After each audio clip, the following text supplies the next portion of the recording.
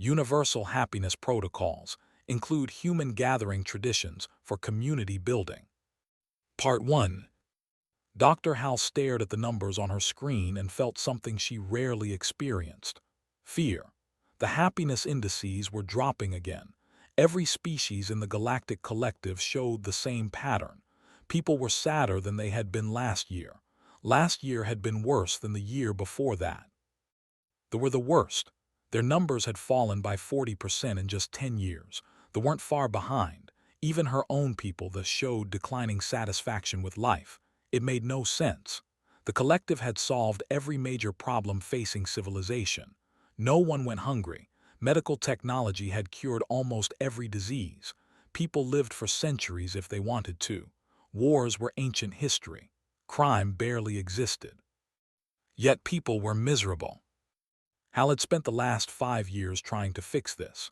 She was the chief wellness coordinator for the entire collective, responsible for the emotional health of trillions of beings across 300 species. She had tried everything: mandatory meditation programs, pharmaceutical interventions designed by the best minds in neuroscience, algorithmic friend matching systems that connected compatible individuals, virtual reality socialization spaces where people could interact without leaving their homes. Nothing worked. People still reported feeling empty, lonely, without purpose. Some species were having fewer children. Others were choosing to simply stop living, their lifespans ending early not from disease but from lack of will to continue. The collective council was starting to panic. They had called 3 emergency sessions in the past month. Council members demanded answers. They wanted solutions.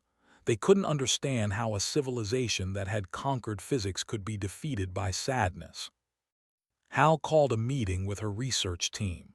15 scientists from 8 different species gathered in the conference room. They all looked tired. They had been working on this problem for years with nothing to show for it. "We're missing something," Hal said. She pulled up a galaxy-wide map showing happiness scores by region. Red zones indicated low happiness. Almost everything was red. "We've approached this as a medical problem, as a social engineering problem, as a logistics problem. None of those frameworks have worked." A young researcher named Aura raised her hand. She was, her skin shifting through nervous purple patterns. "What if we're looking at the wrong models? We keep comparing current data to our own historical data, but there's one group whose happiness scores don't match the pattern." Aura pulled up a new chart.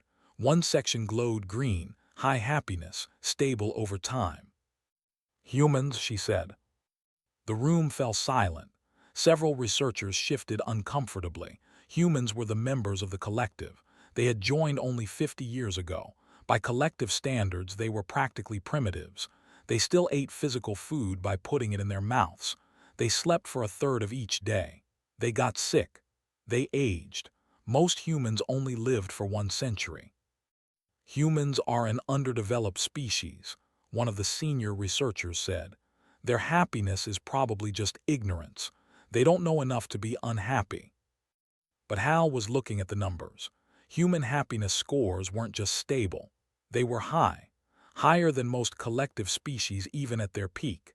This included humans living in overcrowded colony ships, humans in marginal settlements on hostile planets, humans working difficult jobs in deep space stations. "Pull up the human cultural database," Hal said. "Everything we have on their social behaviors." The database was enormous. Humans were remarkably well documented. They loved recording things about themselves. The researchers spent hours combing through anthropological studies, sociological surveys, and ethnographic reports. Aura found it first. "Look at this: time allocation studies. Humans spend an enormous amount of time in group activities that serve no productive purpose." She displayed a list. Birthday parties where humans celebrated the arbitrary completion of solar cycles. Weekly dinners where families gathered to eat food together when they could have eaten separately and more efficiently. Something called game night, where humans played competitive activities with no real stakes. Book clubs where humans discuss stories they had all individually read. Holiday celebrations that happened on specific dates for traditional rather than logical reasons. Festivals. Gatherings, parties. So they're inefficient, another researcher said. We knew that. But Aura pulled up another chart. This one showed correlation data. Humans who participated in these gathering activities regularly reported significantly higher happiness scores than humans who didn't. The correlation was strong, unmistakable. It's not inefficiency, Aura said quietly. It's something else. Hal leaned forward. Her mind was racing. Could it really be that simple? Could the answer to a galaxy-wide crisis be hidden in humanity's primitive social customs? We need to study this directly, she said. Aura, you'll lead a field research team. I want you embedded in human communities. Observe these gathering traditions. Document everything. Measure neurochemical responses, social bonding indices, emotional state changes. I want to know exactly what's happening at these events and why humans think they're important. The senior researcher objected. This is a waste of resources. We should be developing new treatments, not watching humans have parties. But Hal had made up her mind. We've tried new treatments. We've tried 100 new treatments. None of them work. Right now, humans are the only group in the collective who aren't getting sadder every year. That means they know something we don't. I want to find out what it is. Aura assembled her team over the next week. 5 researchers from different species, all trained in cultural observation and behavioral analysis. They requested permission from the Human Integration Authority to embed with several human communities. The humans, always eager to share their culture, immediately agreed. The collective council was skeptical. Hal had to present her proposal 3 times before they approved funding. Most council members thought it was absurd that advanced civilizations might learn something from humans, but the happiness crisis was serious enough that they were willing to try anything. This is your last chance, Hal, the council head told her. If this human experiment doesn't produce results, we're replacing you with someone who will take a more conventional approach. Hal understood. Her career was on the line. More importantly, trillions of lives hung in the balance. If they couldn't solve the happiness crisis, the collective might not survive. History was full of advanced civilizations that had simply faded away, their people losing the will to continue. She couldn't let that happen. Aura and her team departed for human space 3 days later. They would spend the next 6 months living among humans, observing their gathering traditions, trying to understand what made these strange primates happy when the rest of the galaxy was falling into despair. Hal watched their ship leave and felt a flutter of hope for the first time in years. Maybe the answer to their crisis wasn't in advanced technology or sophisticated treatments. Maybe it was in something simpler, something the collective had forgotten or never learned. Maybe humanity, despite being primitive in so many ways, had figured out something essential about how to live, something about how to be happy, something about how to stay connected in a universe that could feel impossibly large and empty. She returned to her office and looked at the happiness indices one more time, still falling, still red across almost the entire galaxy, but there was that one spot of green, that one group of beings who had found a way to be satisfied with their lives. Hal allowed herself a small smile. If humans could figure it out, maybe the rest of the collective could too. They just needed to be willing to learn from their youngest, most primitive members. The irony wasn't lost on her. The species that still died from disease, that still fought small conflicts over resources, that still struggled with basic problems the collective had solved ago, those were the ones who knew how to be happy. Perhaps, Hal thought, advancement wasn't just about technology and efficiency. Perhaps there were other kinds of wisdom, other kinds of progress. Perhaps humanity had something to teach them after all. Part 2. Aura's first human gathering was a birthday party for a 7-year-old child named Emma. Aura had read the briefing materials. She understood the concept intellectually. Humans celebrated the anniversary of their birth each year with social gatherings, but understanding the concept didn't prepare her for the reality. 30 humans crammed into a small dwelling. Children ran in chaotic patterns while adults stood in clusters, consuming beverages and making mouth sounds at each other. The noise level was overwhelming. The inefficiency was staggering. Everyone had traveled from different locations to be in this one space for several hours. They could have sent digital messages. They could have transmitted the necessary social acknowledgement through communication networks. But they didn't. They came in person. Aura activated her measurement equipment. Her implants tracked neurochemical responses from the human subjects who had agreed to monitoring. The data was immediate and surprising. Oxytocin levels were elevated across all subjects. Dopamine responses showed consistent spikes. Stress hormones were lower than baseline measurements. The party lasted 4 hours. The humans sang a traditional song to Emma while she sat before a decorated food item with burning wax cylinders. They gave her wrapped objects that she opened with exaggerated excitement. They played simple games that had no educational or productive value. They ate processed sugar in various forms. By every measure of efficiency, the party was a disaster. By every measure of happiness, it was a tremendous success. After the party ended, Aura interviewed Emma's mother, Sarah. "Why do you do this?" Aura asked. "You could have celebrated Emma's birthday in less time-consuming ways." Sarah looked confused by the question. "Because she's important to us, because we love her, because we want her to know that her existence matters to the people in her life." "But she already knows this," Aura said. "Surely you've communicated this fact to her before." Sarah laughed. "It's not about information transfer. It's about showing up, being present, making memories together. When Emma's old like me, she won't remember what presents she got.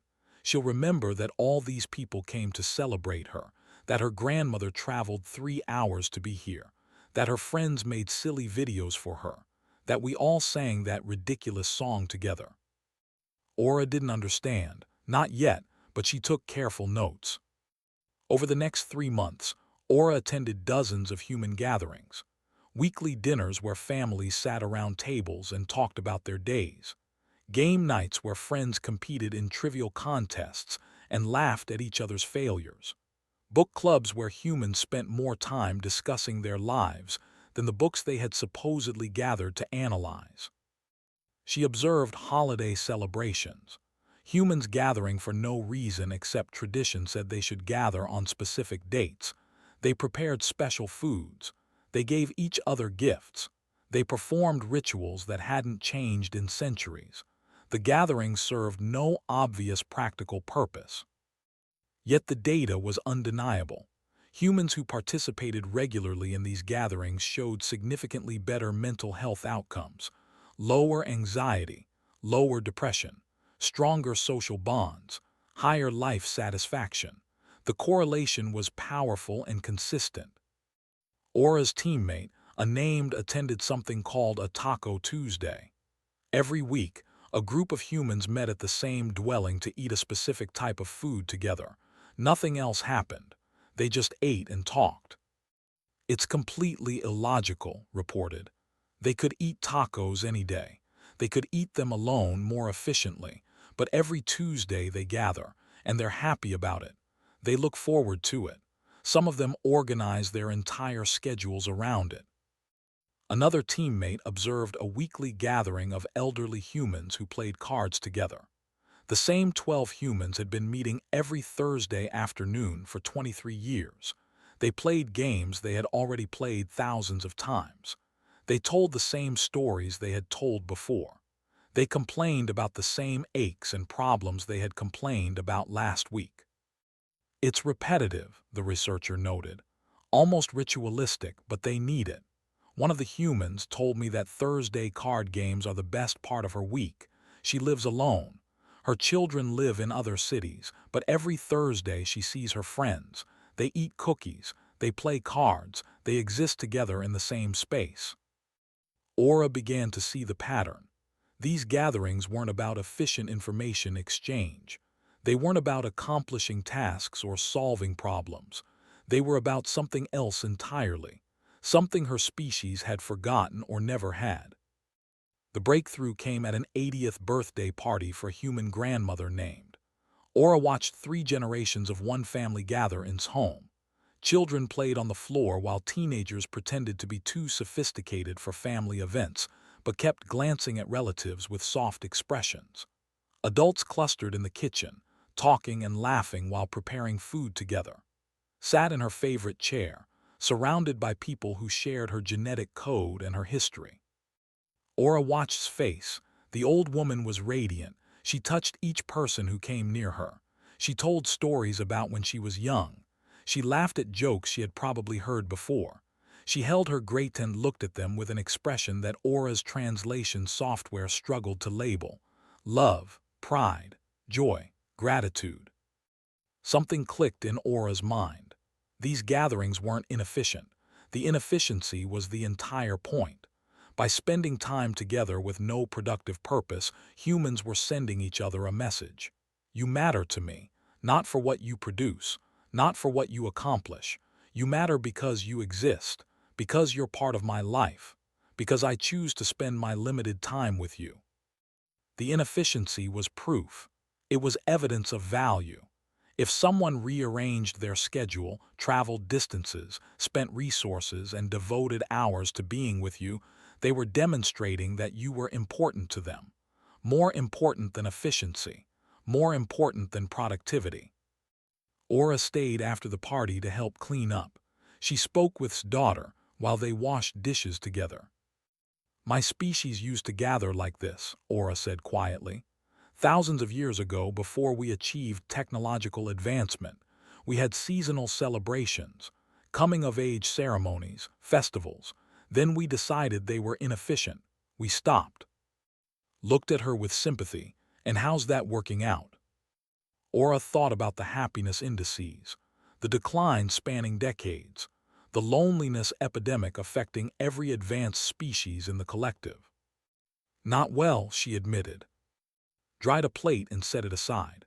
My mom lives alone now. Dad died 5 years ago.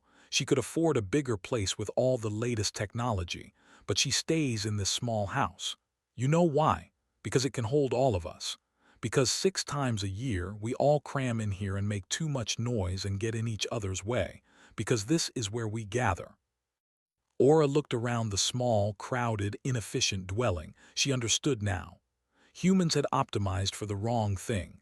Or rather, they had optimized for the right thing. Not efficiency, not productivity, connection, belonging. The feeling that you weren't alone in a vast, cold universe. She sent her preliminary report to Dr. Hal that night. The message was simple. Humans had solved the happiness crisis not through advanced technology but through ancient wisdom. They gathered. They wasted time together. They proved to each other that they mattered. The question was whether the collective could learn to do the same.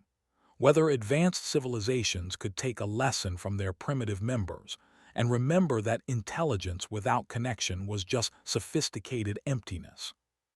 Aura thought about the card-playing elderly humans, about Taco Tuesday, about Emma's birthday party and surrounded by 3 generations of family. She thought about how happy they all were, how satisfied with their simple, inefficient, beautiful lives. Maybe, she thought, humanity wasn't primitive at all. Maybe they were the most advanced species in the collective. They had just advanced in a different direction, one the rest of the galaxy had forgotten was possible. Part 3. Dr. Hal read Aura's report 3 times. Then she read it again. The data was clear. The conclusions were sound. The implications were staggering. She called an emergency meeting of the Collective Council. 27 representatives from the most influential species in the galaxy gathered in the council chamber. Hal presented her findings. She showed them the human data, the correlation between gathering traditions and happiness, the neurochemical evidence, the long-term psychological outcomes. You're suggesting we solve our crisis by having parties, council member said. She was one of the oldest and most respected members of the council. Her voice carried skepticism but also curiosity. I'm suggesting we solve our crisis by building community, Hal replied. Humans don't gather because it's efficient. They gather because it's necessary. Because sentient beings are fundamentally social creatures.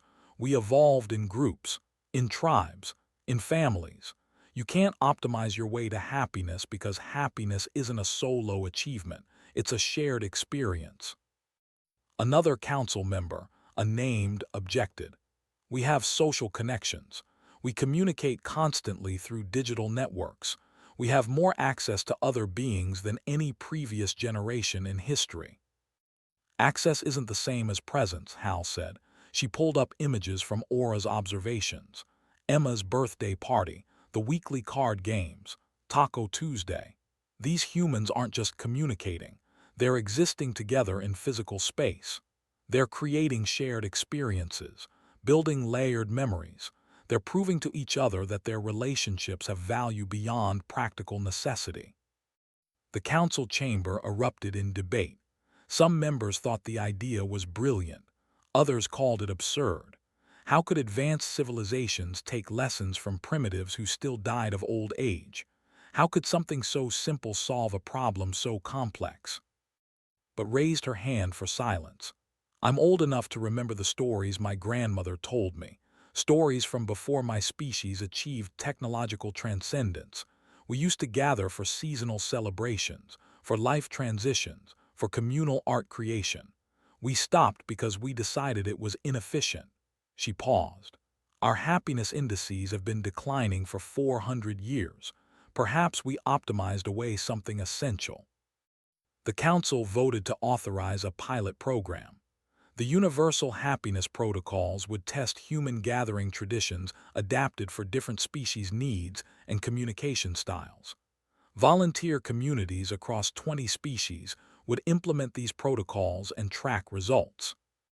Aura worked with human cultural consultants to design species-appropriate gathering traditions. For the who communicated through color-shifting skin patterns, they created chromatic circles. Once a week, would gather to share visual stories while consuming food together. For the gaseous, they designed drift parties. Groups would swirl through scenic nebula formations with no purpose except enjoying the experience together. For the mindshare, a telepathic species that normally existed as a single unified consciousness, they established individual hours. Members would occupy separate bodies and interact as distinct personalities, experiencing the novelty of separation and the joy of reunion. The resistance was immediate and fierce. Efficiency advocates argued that dedicating hours to unproductive activities was regression. Corporate entities complained that workers were requesting time off for social gatherings. Military commanders objected to soldiers wanting weekly dinners together instead of additional training.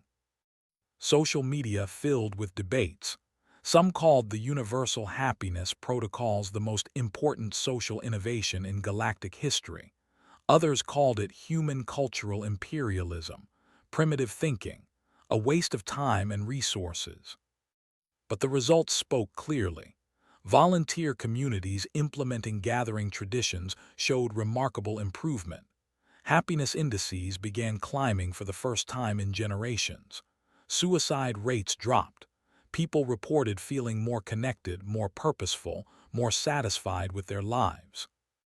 Unnamed became something of a celebrity when he posted about his chromatic circle experience. He had been severely depressed for years. Pharmaceutical interventions hadn't helped. Algorithmic therapy hadn't worked. But after 3 months of weekly gatherings with the same group of, sharing visual stories and eating together, he felt better than he had in decades. I realized I wasn't alone, he wrote. I had convinced myself that no one cared whether I existed or not, but these people show up every week. They ask about my life. They share their own struggles. They laugh at my jokes. They notice when I'm sad. I matter to them and they matter to me. That's not something I can get from a screen. The post went viral. Millions of beings across the collective read it. Many recognized themselves in its words. They had felt the same loneliness, the same emptiness, the same sense that their existence didn't matter to anyone. The pilot program expanded. More communities adopted gathering traditions. Universities began studying the phenomenon. Sociologists and psychologists collaborated to understand the mechanisms behind why these simple gatherings were so effective. They discovered what humans had always known. Happiness isn't just a chemical state in the brain. It's a sense of connection, of belonging, of mattering to others and having others matter to you. You can't create that through efficiency or optimization. You create it through presence, through time, through repeatedly showing up for the people in your life. 6 months into the pilot program, the Collective Council voted to formally incorporate gathering traditions into societal structure. Schools would schedule community meals. Workplaces would implement mandatory social hours where no business could be discussed. Cities would redesign public spaces to facilitate gatherings. Each species would develop traditions suited to their unique biology and culture, but all would share the core principle: regular, purposeless time spent together. Maria, humanity's ambassador to the collective, gave a speech at the formal adoption ceremony. Hal stood beside her as she addressed representatives from 300 species. "We didn't invent gathering traditions," Maria said. "Every species probably had them at some point in your history. You just forgot. You decided that advancing meant becoming more efficient, more productive, more isolated. But that's not advancement. That's just loneliness with better technology." She gestured to the crowd. "You've built an incredible civilization. You've solved problems my species still struggles with. You've achieved things we can barely imagine. But you forgot the most important thing. You forgot each other. You forgot that the whole point of building a civilization is to not be alone in the universe." The speech was broadcast across the entire collective.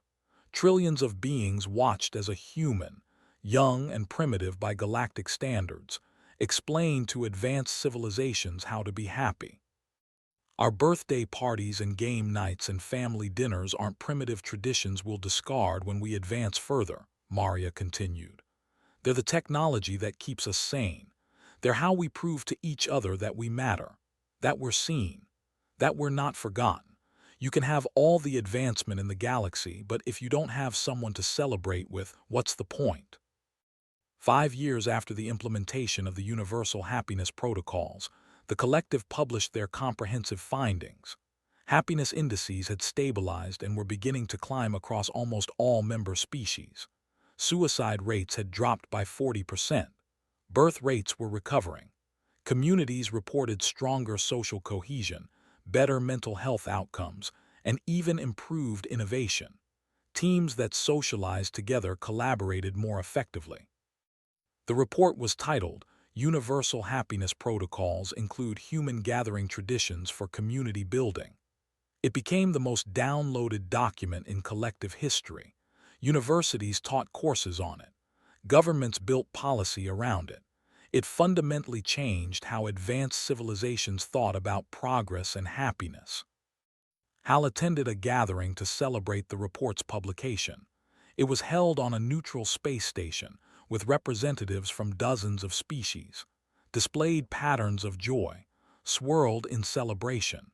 Humans brought food to share as they always did. She found herself standing next to Aura, watching the celebration unfold. "We almost destroyed ourselves," Hal said quietly. "We solved hunger and disease and war. We conquered physics.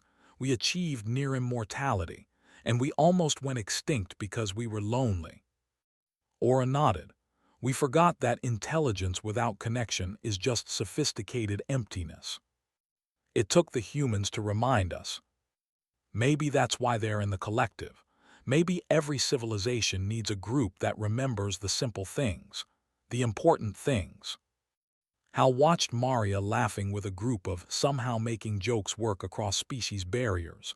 She thought about how dismissive the collective had been of humanity. Too primitive, too inefficient, too attached to their outdated traditions. They didn't save us with technology, Hal said. They saved us by knowing that some inefficiencies are worth keeping, that some traditions matter more than progress, that happiness is something you create together, not something you achieve alone. The celebration lasted 6 hours. Beings from 100 different species gathered in one space, sharing food and stories and simply existing together. They had traveled from different star systems to be there. They could have sent digital avatars. They could have communicated through networks, but they came in person. Because that was the whole point. Because presence mattered. Because showing up was how you proved that someone else's existence was important to you. The galaxy had learned its lesson. Advancement wasn't just about technology or efficiency or conquering nature. It was about remembering to gather, to celebrate, to waste time together, to prove to each other that you weren't alone in a vast, cold universe.